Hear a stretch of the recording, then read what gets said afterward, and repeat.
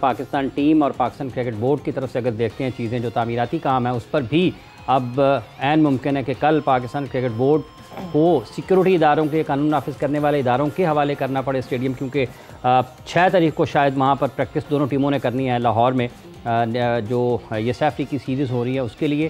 तो ये सारी चीज़ें हैं स्क्वाड के ऊपर भी, और फिर आज कुछ जो प्रैक्टिस हुई है उस पर भी बात रहेगी। पाकिस्तान क्रिकेट टीम में क्या कोई वाकई जो खबरें सुनने में आ रही हैं कि कोई तब्दीली हो सकती है 11-12 से पहले तक, तो ये वो सारी चीज़ें हैं जिन पर हम गुफ्तगू कर रहे हैं। सीनियर स्पोर्ट्स जर्नलिस्ट स्टूडियो में सनाउल्लाह खान साहब हमारे साथ मौजूद हैं। अस्सलाम वालेकुम खान साहब। वालेकुम अस्सलाम। बहुत बहुत शुक्रिया आपका। और हमारे साथ मौजूद हैं सीनियर स्पोर्ट्स जर्नलिस्ट कराची से अब्दुल माजिद भट्टी साहब। भट्टी भाई अस्सलाम वालेकुम। जी वालेकुम अस्सलाम हाफिज साहब, सनाउल्लाह और सोहेरा, आप सबको सलाम। बहुत बहुत शुक्रिया भट्टी भाई। क्या चल रहा है, कोई वाकई तब्दीली हो सकती है अभी स्क्वाड में, या फिर हतमी फैसला हो गया है, कलम तोड़ दिए गए हैं? देखें हाफिज साहब, आप भी माशाल्लाह इस दस्त की सयाही में, अब आपको भी काफ़ी टाइम गुजर गया। हमने तो अपनी तकरीबन को 4 दहाइयाँ दे दी, सनाउल्लाह सोहेरा भी तकरीबन 12-15 साल हो गए। पाकिस्तान क्रिकेट इसी तरह हम देख रहे हैं, 92 वर्ल्ड कप भी देख लें और आज 2025 में हम जब खड़े हुए, लेकिन बड़ी अनफॉर्चुनेट सी चीज है। देखो, मैं किसी की नीयत पे शक नहीं कर रहा। लोग कह रहे हैं कि शायद पॉलिटिकल इन्फ्लुएंस से कुछ प्लेयर आ गए, कुछ पसंद नापसंद पे आ गए। मेरा तो सिर्फ एक सिंपल सवाल है सवेरा और हाफिज इमरान साहब, कि अगर आप फहीम अशरफ और खुशदिल शाह को टीम में डाल रहे हैं तो टीम में शामिल करने की वजूहात बताएं।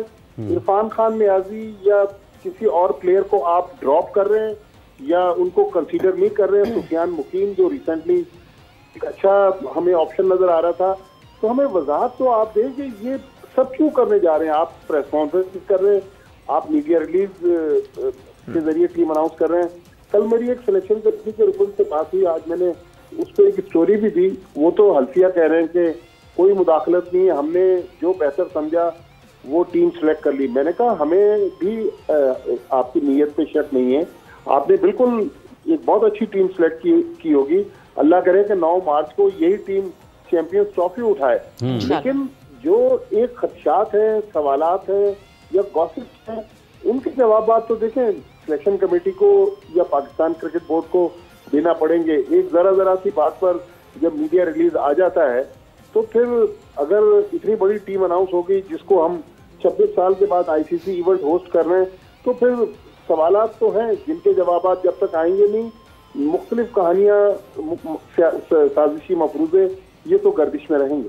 बिल्कुल सना, जिस तरह भट्टी साहब ने ये कहा है कि फिजल डाउन करने के लिए जितनी अफवाहें होती हैं, पाकिस्तान क्रिकेट बोर्ड के किसी तो रिप्रेजेंटेटिव को सामने आना चाहिए। और ये कोई छोटा मोटा स्क्वाड तो नहीं था, चैंपियंस ट्रॉफी का स्क्वाड था। क्यों नहीं प्रॉपर प्रेस कॉन्फ्रेंस की गई, मीडिया को फेस किया गया, और जो लड़का इस स्क्वाड का हिस्सा है उसकी जस्टिफिकेशन क्या सिलेक्टर्स के पास नहीं?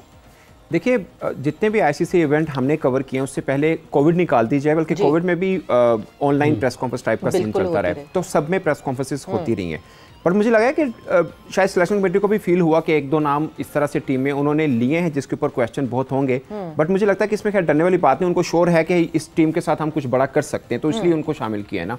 बाकी भट्टी साहब ने एक बात की है, मेरी भी सिलेक्शन कमेटी में किसी बंदे से बात हुई, उन्होंने भी ये बात की कि पॉलिटिकल किसी की नहीं है टीम के अंदर, मतलब शामिल नहीं हुआ है। एक्चुअली में जो सिलेक्शन कमेटी की सोच थी वो ये थी कि हमें एक स्पिन ऑलराउंडर चाहिए, एक फास्ट बॉलिंग ऑलराउंडर चाहिए। At the moment selection committee के माइंड में ये है कि हम इंडिया और बांग्लादेश के सामने 3 स्पिनर नहीं डाल सकते।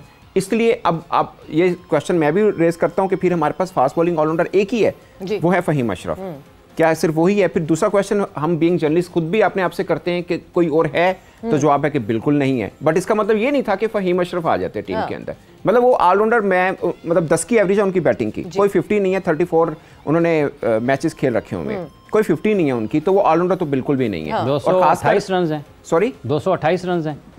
10 की एवरेज से देख ली बढ़ेगी उनके। और दूसरा, इससे पहले जब वो 2023 में आए थे तब भी उनके ऊपर क्रिटिसाइज हुआ था कि वो कैसे टीम के अंदर आ गए। उन्होंने 2-3 मैचेस खेले, परफॉर्म नहीं किया, अदरवाइज वो वर्ल्ड कप स्क्वाड का हिस्सा होते हैं। एशिया कप का आए, लेकिन वो वर्ल्ड कप स्क्वाड का हिस्सा होते अगर वहां परफॉर्म करते। नहीं हुए तो टीम से कट लिए। मतलब वहां तो आपको एक स्केपगोट मिल गया था, आपने you blamed it on Babar, दोस्ती यारी, बाबर ने सिलेक्ट करवा लिया। बट इस वक्त right now we know how strong this selection committee is and how much say the captain has और नॉट, तो अभी तो नहीं छुप सकते कप्तान के पीछे। देखिए मुझे लगता है कि सिलेक्शन कमेटी में एक दो चेहरे ऐसे हैं, वो भट्टी साहब को भी पता है, नाम थोड़ा सा वो पर्सनल हो जाएगा, जो बड़े सपोर्ट करते हैं फहीम अशरफ को। ठीक है, उनके साथ उनकी कुछ ज़्यादा एफिलिएशन है ऑफ कोर्स, तो वो लेना चाह रहे थे उनको, फहीम को लाजमी के लेना है। आमिर जमाल के ऊपर सिलेक्शन कमेटी ये समझ रही है, अब ये आमिर जमाल ज़्यादा बेहतर बता सकते हैं, उनको लगता है कि शायद ये फुली फिट नहीं है आमिर जमाल, और मुझे ज़्यादातर पे लगता है कि हमारी टीम मैनेजमेंट ने उनको यूज़ गलत किया। अब एक बंदा जो टेस्ट सीरीज के अंदर सबसे ज़्यादा विकेट्स लेते हैं आफ्टर पैट कमिंस, 1 विकेट का फ़र्क है आमिर जमाल और पैट कमिंस का, 1 विकेट का, ठीक है, और इन्होंने रन भी किए थे, मैन ऑफ द सीरीज हो सकते थे अगर 1 विकेट इनको और मिल जाती तो।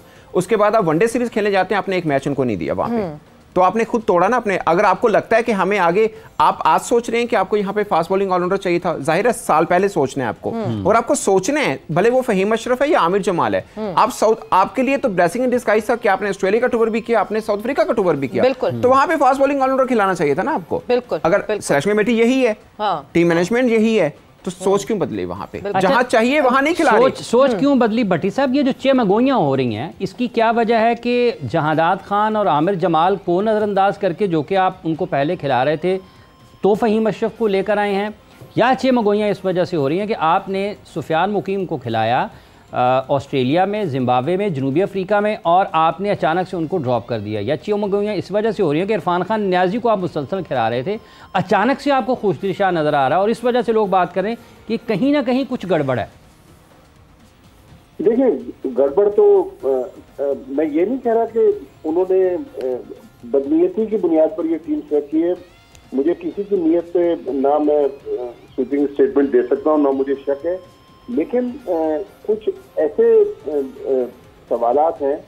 उमर गुल के भतीजे, क्या नाम, अब्बास आफरीदी रिसेंटली सबसे इम्प्रूव फास्ट बॉलर थे, जिनके बारे में सब लोग कहते थे कि उनकी गेंदों में वेरिएशन भी है और वो अच्छी खासी स्पीड से बॉलिंग भी करते हैं, फील्डर भी अच्छे हैं, 25-30 रन भी बना लेते हैं। अब्बास आफरीदी अचानक मंजर से गायब हो गए। मेरा सिर्फ ये सवाल है, आप रोजाना प्रेस कॉन्फ्रेंस करते हैं चेयरमैन साहब, जिस दिन टीम अनाउंस हुई उससे 2 घंटे पहले भी उन्होंने प्रेस कॉन्फ्रेंस की। उन्होंने कहा कि सिलेक्टर्स मेरी साइड पर बैठे हुए, मैं तो खैर टीवी पे उनको सुन रहा था, तो वो कह देते सिलेक्टर्स को कि भाई आप जाएं, जाके अपने आप को डिफेंड करें और बताएं कि आप ये क्या कर रहे हैं, ताकि 25 करोड़ आवाम जो पाकिस्तान टीम के साथ जिनकी बहुत ज्यादा एक्सपेक्टेशंस होती हैं, उनको जवाबात तो चाहिए। अब खुदा न खास्ता अल्लाह ना करे कि ये फैसले बैकफायर हो जाए और पाकिस्तान टीम अच्छा ना करे, तो उसके बाद तो आपको पता है कि